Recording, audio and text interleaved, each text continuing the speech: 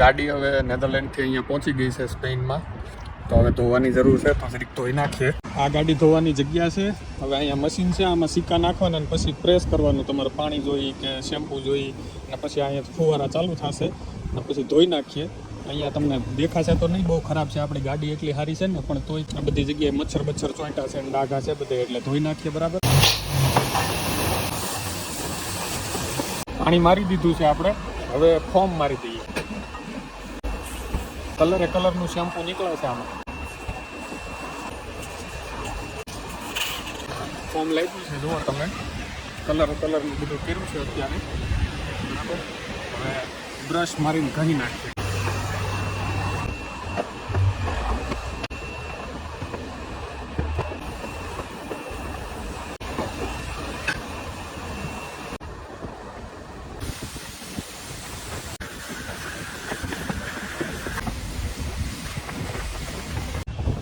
€2 નાખ્યા હતા, એ ખૂટી ગયા, પાછા €2 નાખીએ આપણે.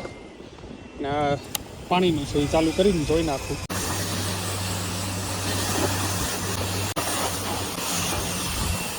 પછી આપણી પાસે આ સિરામિક વેક્સ છે, એ લગાવી દઈએ અને પછી ધોઈ નાખીએ.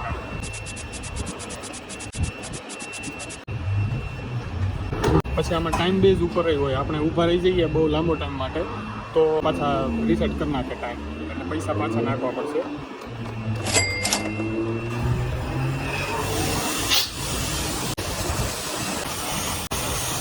તો €5 આપણી કમ્પ્લીટ ગાડી ધોવાઈ ગઈ છે.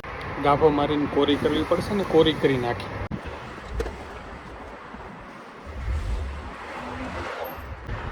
થોડુંક કાઠું કામ છે, અઘરું પડે છે. નેધરલેન્ડમાં તો છોકરાઓ કરી દેતા હતા, પણ અહીં હાથે કરવું પડે તો અઘરું પડે છે થોડું. બહારથી તો કમ્પ્લીટ ગાભો મારીને કોરી કરી નાખી છે. હવે અંદર વેક્યુમ મારી દઈએ એટલે મસ્ત થઈ જાય. અંદર વેક્યુમ મારવા માટે અહીંયા સિક્કો નાખવાનો છે, એટલે ચાલુ થઈ ગયું છે હવે.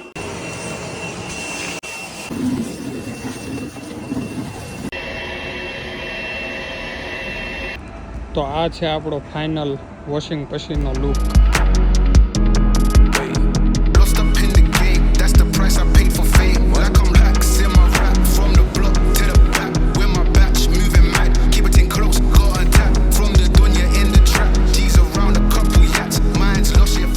તો કેવો લાગ્યો વિડીયો, અને એ વસ્તુ ખાસ જણાવજો કે આવી રીતે રેઢા જો આપણે ત્યાં ઇન્ડિયામાં કોઈ સર્વિસ સેન્ટર હોય તો એ કેટલાક હાલે ને કેટલાક તોડી મરોડીને બધું પાઇપું ખેંચીને લઈને વયા જાય. એ મને ખાલી કહેવાનું ભૂલતા નહીં.